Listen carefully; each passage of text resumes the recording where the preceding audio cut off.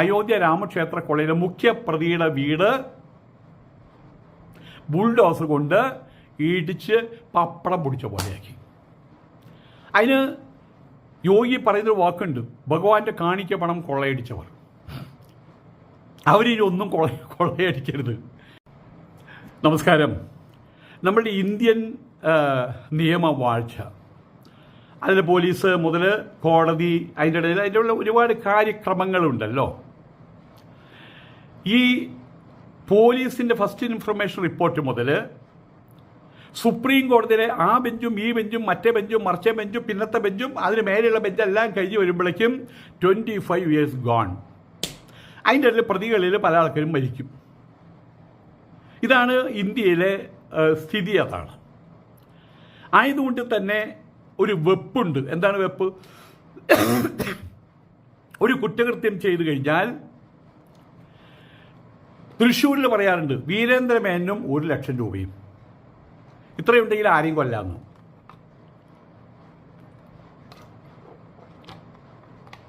ഇതാണ് സ്ഥിതി. എന്നാൽ ഇപ്പോൾ നമ്മളെപ്പോഴും പറയുന്ന പോലെ പരസ്യമായിട്ട് ഒരിക്കൽ ആന്ധ്രാപ്രദേശിലോ മറ്റോ ഒരു ഡോക്ടർ പെൺകുട്ടി ഒറ്റയ്ക്ക് വഴി കൂടെ പോകുമ്പോൾ, മോട്ടോർ സൈക്കിളിൽ പോകുമ്പോൾ, അവരുടെ മോട്ടോർ സൈക്കിളിലെ പെട്രോൾ തീർന്ന സമയത്ത് 4 യുവാക്കൾ വന്ന് പെട്രോൾ ഞങ്ങൾ തരാം, തൽക്കാലം അവിടെ ഇരിക്കൂ, ഇവിടെ പരസ്യമായിട്ട് നിൽക്കേണ്ട പറഞ്ഞൊരു ഒരു കലിങ്ങിൻ്റെ അടിയിലേക്ക് കൊണ്ടുപോയി അവിടെ വെച്ച് ആ പെൺകുട്ടിയെ ബലാത്സംഗം ചെയ്തു കൊന്നു. ഡോക്ടറാ. പോലീസ് വന്നു, ഈ 4 പേരോട് തിരിഞ്ഞു നിൽക്കാൻ പറഞ്ഞു. തിരിഞ്ഞു നിന്നു. ഓടറാന്ന് പറഞ്ഞു. ഓടി. പിന്നിൽ കൂടെ ആരിപ്പ പോലെയാക്കി. എന്നിട്ട് എന്ത് പറഞ്ഞു? പോലീസിനെ വെട്ടിച്ച് പോലീസ് ആക്രമിച്ച് അവർ ഓടാൻ ശ്രമിച്ചപ്പോൾ ഞങ്ങൾ പ്രതിരോധിച്ചു, ഞങ്ങൾ വെടിവെച്ചു.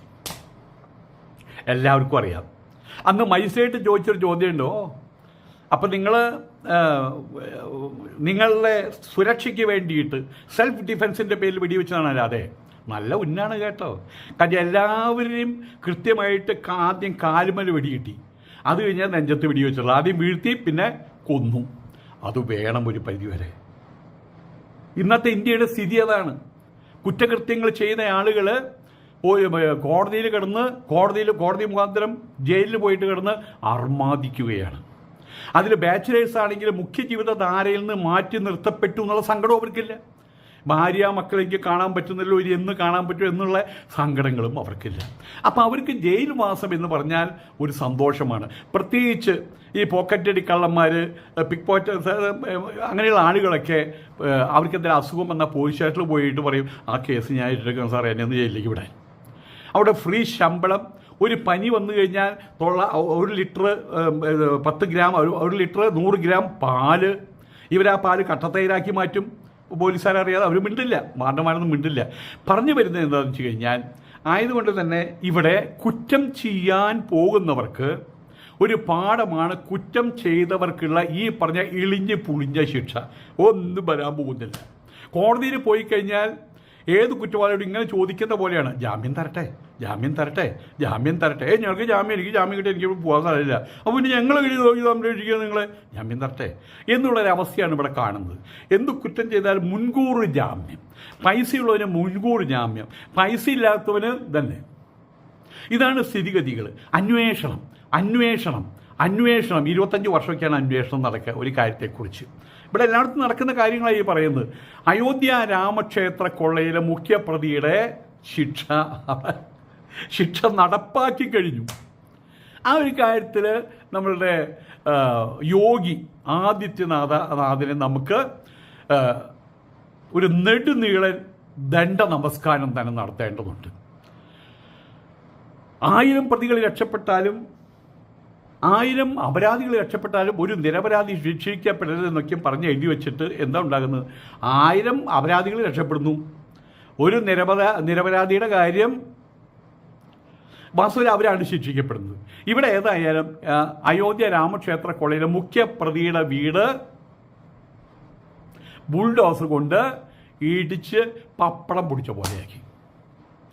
അതിന് യോഗി പറയുന്നൊരു വാക്കുണ്ട്, ഭഗവാന്റെ കാണിക്ക പണം കൊള്ളയടിച്ചവർ. അവരിനി ഒന്നും കൊള്ളയടിക്കരുത്. കത്രിയെ പൂട്ടിടുകയാണ് ചെയ്തിട്ടുള്ളത്. യോഗി ഇനി അത്തരം മാളികൾ മുന്നോട്ട് വരരുത്, അല്ലെങ്കിൽ ആ ഒരു മനോഗതവുമായിട്ട് അമ്പലം കൊള്ളടിച്ച് അവരെന്തോ ചെയ്യും, ഒരു 3 മാസം ജയിലിലിടും. എന്താ തെളിവ്? ഇതൊക്കെ എന്നെ തെളിവ്. അയോധ്യ രാമക്ഷേത്ര കൊള്ളക്കേസിൽ മുഖ്യപ്രതി ലവകുശ മിശ്ര നിർമ്മിക്കുന്ന വലിയ വീട്, 1 കോടി രൂപ വില മതിക്കുന്ന വീടിന് നേരെ ബുൾഡോസർ പ്രയോഗിക്കുമെന്ന് യോഗി ഭരണകൂടം. ഇവിടെ 1 കോടി എന്ന് പറയുമ്പോൾ വില കുറച്ച് കാണണ്ട കേട്ടോ. നമ്മുടെ കേരളത്തിലാണെങ്കിൽ 1 കോടി കൊണ്ട് ഇത്രയും മുതൽ വീടുണ്ടാക്കാൻ പറ്റുമെന്ന് വെച്ചാൽ അവിടെ ഇത്രയും മുതൽ വീടുണ്ടാക്കാൻ പറ്റും. കാരണം അവിടുത്തെ കൂലിയുടെ കാര്യം അങ്ങനെയാണല്ലോ. പിന്നെ അവിടെയുള്ള സാധനങ്ങളൊക്കെ ഇവിടെ വന്നിട്ട് വേണമല്ലോ ഇവിടെ സാധനം വാങ്ങിച്ച് നമുക്ക് ഇരുമ്പ് ഉരുക്കൊക്കെയും ഇവിടെ ചെയ്യാൻ. അതുകൊണ്ട് ഇവിടെ നമുക്കൊരു വീട് പണിയുമ്പോൾ അവിടെ സ്ക്വയർ ഫീറ്റിന് വരുന്ന കണക്കിൻ്റെ പകുതി പോലും അവിടെ വരില്ല. അപ്പോൾ വലിയ വീടാണ്. അയോധ്യ രാമക്ഷേത്ര കൊള്ളയിൽ നിന്നുള്ള പണം കൊണ്ടാണ് ലവകുശ മിശ്ര അവിടെ വീട് പണിയുന്നത്. ഏതായാലും ആ വീട് ഇപ്പോൾ പൊടിപൂരമാക്കി, മറ്റേ ആദിത്യനാഥ് യോഗി പൊടിപൂരമാക്കി. ഇത് എത്രത്തോളം ശരിയുണ്ട് തെറ്റുണ്ട് എന്നുള്ളതല്ല, ഒരു സാധാരണക്കാരൻ്റെ ബുദ്ധിയിൽ വെച്ച് ചിന്തിക്കുമ്പോൾ അത് പരിപൂർണമായിട്ട് ശരിയാണ്. ഇങ്ങനെയൊക്കെയും പലരോടും ചെയ്തില്ലെങ്കിൽ, ഇപ്പോൾ ഇവിടെ കേരളത്തിൽ തൂഫാൻ നടക്കുന്നുണ്ട്, തൂഫാൻ ഓപ്പറേഷനോ മറ്റോ നടക്കുന്നുണ്ട്. ഈ തൂഫാൻ ഓപ്പറേഷൻ നടത്തുന്നവർ, നടത്തുന്ന രമേശ് ചെന്നിത്തല അടക്കമുള്ള ആളുകൾ ഇപ്പോൾ സംസാരിക്കുന്നത് എന്താണെന്ന് അറിയാമോ? കള്ളിനെ കുറിച്ച്. വില കുറച്ച് കള്ള് കൊടുക്കുക, അപ്പുറത്ത് തൂഫാൻ, ഇപ്പുറത്തെ വില കുറച്ച് കള്ള്, അപ്പുറത്തെ തൂഫാൻ. എന്തൊരു വിരോധാഭാസമാണെന്ന് നോക്കൂ. അങ്ങനെ തൂഫാൻ ഇവിടെ നടപ്പാക്കിയിട്ട് ഇവിടെയുള്ള ആൾക്കാരെ പിടിക്കുന്നതിന് മുമ്പ് എന്ത് ചെയ്യണം? നിരോധിക്കണം. അതെല്ലാം ഈ MDMA വലിച്ചു നടക്കുന്ന ആളെ പിടിക്കണം.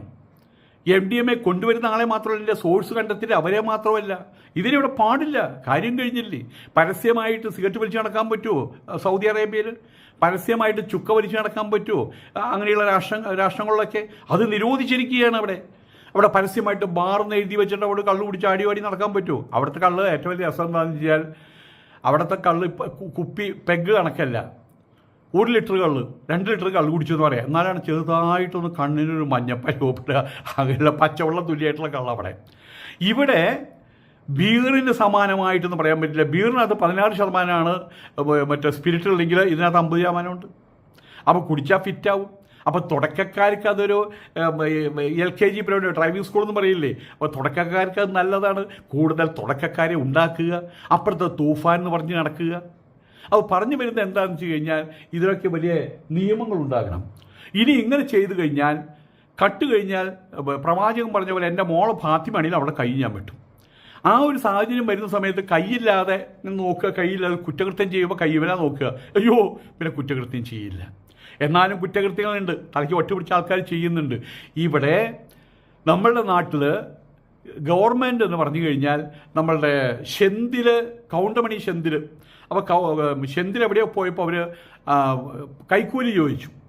തിരിച്ചു വന്നിട്ട് കൗണ്ടമണി പറഞ്ഞു, അയ്യാ അണ്ണാ അവർ കൈക്കൂലി ചോദിക്കുന്നുണ്ട്, ലഞ്ചം കേൾക്കരുതെങ്കിൽ. അദ്ദേഹം പറഞ്ഞ്, കൊടുക്കടാ ലഞ്ചം കൊടുക്കടാ, കവറിൽ എമൗണ്ട് താണ്ടാ ഗവൺമെൻറ്. അതാ പറഞ്ഞത്, കവറിൽ എമൗണ്ട് താണ്ടാ ഗവൺമെൻറ്. സത്യമല്ലേ?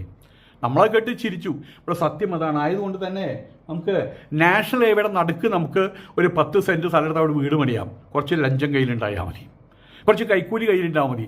അവിടെയും സർട്ടിഫിക്കറ്റ് കിട്ടുന്ന ഒരു സാഹചര്യമാണ് ഇവിടെയുള്ളത്. അപ്പോൾ അവർക്കൊക്കെ ഒരു ഒരു ഒരു ഒരു സന്ദേശമാണിത്. അവർ കട്ടെടുത്ത് ഉണ്ടാക്കിയ വീട് ഇപ്പോൾ പപ്പടം പോലെ പൊടിഞ്ഞിരിക്കുകയാണ്. കേരളത്തിലെ സ്ഥിതി എന്താ? അയാളെ പിടിക്കുന്നു, ചോദ്യം ചെയ്യുന്നു, ഇയാളെ പിടിക്കുന്നു, ചോദ്യം ചെയ്യുന്നു, അയാളെ പിടിക്കുന്നു, ചോദ്യം. ഇവിടുത്തെ ചോദ്യം ചെയ്യൽ എങ്ങനെയാ അറിയോ? 12 മണിക്കൂർ ചോദ്യം ചെയ്തു. ഇത് നടക്കുന്ന കാര്യമാണ്. 20 മണിക്കൂർ ചോദ്യം ചെയ്തു. ഇപ്പോൾ മറ്റേ ദുൽഖർ സൽമാനെ പിടിച്ചിട്ടുണ്ട്. എന്ത് സംഭവിക്കും? ഒന്നും സംഭവിക്കില്ല. ഈ പിടിച്ചു കൊണ്ടുപോയിട്ട് അവിടെ മണിക്കൂറുകൾ ചോദ്യം ചെയ്യുന്നത് എന്താ അറിയോ? വില പേശൽ എത്ര തരും? ഇത്രയേ ഉള്ളൂ. ഇതെല്ലാം കഴിഞ്ഞ് അദ്ദേഹത്തെ സംശുദ്ധമാക്കി വൈറ്റ് വാഷ് ചെയ്ത് ദുൽഖറിനെ പറഞ്ഞു വിടുക. ഇപ്പം നാളെയോ മറ്റന്നാളോ 16 മണിക്കൂർ ചോദ്യം ചെയ്തു. ദുൽഖർ കുറ്റവാളിയല്ല. 16 മണിക്കൂർ ചോദ്യം ചെയ്തതിൻ്റെ അർത്ഥം എന്താ? മിനിമം ഒരു 8 കോടി രൂപ പൊടിച്ചിട്ടുണ്ടാവും എന്നർത്ഥം. ഒരു ഡീല് നടക്കുകയാണ് അവിടെ. ഇത്ര മാത്രമേ ഉള്ളൂ. അപ്പോൾ അതിന് വിട്ട് ആദിത്യനാഥ് യോഗിയുടെ ഉത്തർപ്രദേശിൽ ഒരു ഡീലുള്ള ഒന്നുമില്ല. വീട് അങ്ങോട്ട് നിരപ്പാക്കുക. കിട്ടുന്ന പൈസ പ്രധാനമായിട്ട് വീട്ടിലല്ലേ ചെലവിടുക. അത് മക്കളെ പഠിപ്പിച്ച് ഹൈസ്കൂളിലോ കോളേജോ കുട്ടികളെ പിടിച്ചു കൊണ്ടിട്ട് പപ്പടാക്കാൻ പറ്റില്ലല്ലോ. അപ്പോൾ വീട് അങ്ങോട്ട് നിരപ്പാക്കുക. ഇനി പോയിട്ട് കട്ടോ വീണ്ടും വീട് പണിതോ വീണ്ടും ബുൾഡോസർ കൊണ്ടുവരാം. പ്രതി ലവകുശ മിശ്ര നിർമ്മിക്കുന്ന വീട് അനധികൃത നിർമ്മാണമാണെന്ന് ചൂണ്ടിക്കാണിച്ച് അയോധ്യ വികസന അതോറിറ്റി ആണ് ബുൾഡോസർ കൊണ്ടുവന്നത്. അയോധ്യ ക്ഷേത്രത്തിൽ ജോലി കിട്ടിയതോടെ ലവകുശ മിശ്രയുടെ സാമ്പത്തിക സ്ഥിതി അടിക്കടി മേലോട്ട് ഉയരുകയാണ് ചെയ്തത്. വീട് തന്നെ ഇങ്ങനെ ഉയരാൻ തുടങ്ങി. അതിന് പിന്നാലെയാണ് ഈ കൂറ്റൻ വീട് വന്നത്. ശ്രീരാമ ജന്മഭൂമി തീർത്ഥ ക്ഷേത്ര ട്രസ്റ്റിൻ്റെ നിർണായക യോഗം ജൂലൈ 6 നടക്കാനിരിക്കെയാണ് പുതിയ സംഭവ വികാസങ്ങൾ ഉണ്ടായിട്ടുള്ളത്. ജനറൽ സെക്രട്ടറി ചമ്പത് റായിയുടെയും ട്രസ്റ്റിയായ ഡോക്ടർ അനിൽ മിശ്രയുടെയും രാജിയിൽ അന്തിമ തീരുമാനമെടുക്കാനാണ് ട്രസ്റ്റിൻ്റെ അടിയന്തര യോഗം വിളിച്ചു ചേർത്തിട്ടുള്ളത്. ജൂൺ 27 ചമ്പത് റായിയും അതുപോലെ അനിൽ മിശ്രയും തങ്ങളുടെ പദവികളിൽ നിന്ന് രാജിവെക്കുന്നതായിട്ട് പറഞ്ഞിട്ടുള്ളത്. ഏതായാലും അതിൻ്റെ കാര്യങ്ങളൊക്കെ അതിൻ്റെ അന്വേഷണം കാര്യങ്ങളൊക്കെ അതിൻ്റെ വഴിക്ക് നടക്കട്ടെ. ഏതായാലും ഈ ഒരു പരിപാടി ഇപ്പം കാണിക്കുന്ന ഈ ബുൾഡോസർ പരിപാടി എല്ലാം കൊണ്ടും വ്യക്തിപരമായിട്ട് എൻ്റെ ഒരു ഇത് വെച്ച് നോക്കുകയാണെങ്കിൽ ഇത്തരം കാര്യങ്ങളൊക്കെ ഇപ്പം ഇവിടെ കണ്ടില്ലേ, ഓരോരുത്തരേക്കും കുട്ടികളെ കൊന്നിട്ട്, തന്തയെ കൊന്ന് തള്ളയെ കൊന്നിട്ട് ഭയാനകമായിട്ടുള്ള കുറ്റകൃത്യങ്ങൾ ചെയ്തിട്ട് ജയിലിൽ പോകുന്നു. ജയിലിൽ പോയിട്ട് എന്താ വിചാരണ, കോടതി വിചാരണ, തെളിവുണ്ടോ? ആ ജയിലിൽ പോകുന്ന സമയത്ത് ആ ഗോവിന്ദസ്വാമി പോലും ജയിലിൽ പോകുന്ന സമയത്ത് നമ്മുടെ ഇന്ദ്രൻസിൻ്റെ പോലെ ഇരുന്ന ആളാണ്.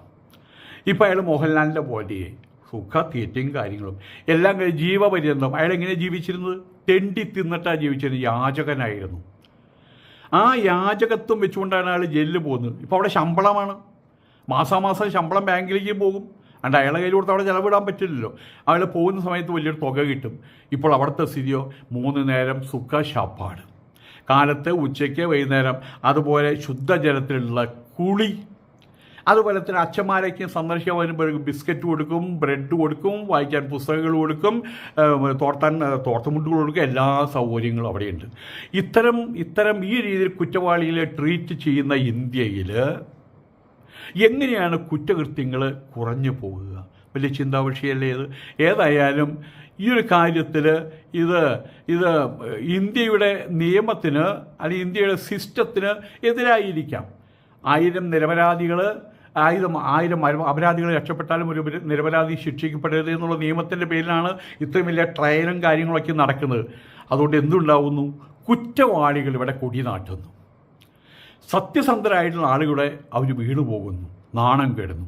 ആയതുകൊണ്ട് തന്നെ ഉത്തർപ്രദേശ് മുഖ്യമന്ത്രി ശ്രീ യോഗി ആദിത്യനാഥിൻ്റെ ഈ ബുൾഡോസർ പരിപാടിക്ക് എന്നെ സംബന്ധിച്ചിടത്തോളം 100% ഞാൻ കൺസെൻറ്റ് കൊടുക്കുകയാണ്.